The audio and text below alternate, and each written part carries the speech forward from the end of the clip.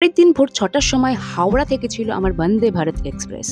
আর হাওড়া থেকে তো আমি অনেকটাই দূরে থাকি। আর অত সাত সকালে ৬টার সময় বন্দে ভারত ধরা আমার পক্ষে ছিল ইম্পসিবল, কারণ আমি সোলো ট্রাভেল করছিলাম। তো ভাবলাম কাউকে ডিস্টার্ব না করে আইআরসিটিসির অ্যাপ থেকে একটা ডরমিটরি রুম বুক করা যাক।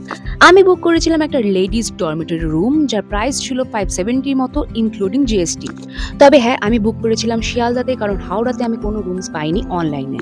এটা যেহেতু সেন্ট্রাল গভর্নমেন্টের, এটা খুবই সেফ এবং এসি সহ neat and clean toilet with attached toilet, যেটা নিয়ে আমি বেশি চিন্তিত ছিলাম ফর হাইজিন ইস্যু। এটা ছিল ওই সাউথের প্ল্যাটফর্মের দিকে। তবে জেনারেল ডরমিটরি রুমসের দাম একটু বেশি। দেখতেই পাচ্ছ কত সুন্দর নিট অ্যান্ড ক্লিন একটা রুম এটা। এই যে প্রত্যেকটাতে এক একজন মহিলা ছিল, যারা পরের দিন বা হয়তো কিছুক্ষণ পর তারা ট্রেন ধরবে বলে এখানে রুমস বুক করেছে। আর সাথে যে দেখতেই পাচ্ছ এখানে ছিল socket for charging the mobile phones, সাথে একটা ব্যাগ ছিল যেখানে তোমরা মোবাইল ফোনস বা টুকিটাকি স্ন্যাক্স রাখতে পারো। আমি তো আমার স্ন্যাক্স উইথ দুটো কেক নিয়ে চলে এসেছিলাম। এটাই ছিল আমার রাতের ডিনার। এটা করেই আমি শুয়ে পড়লাম।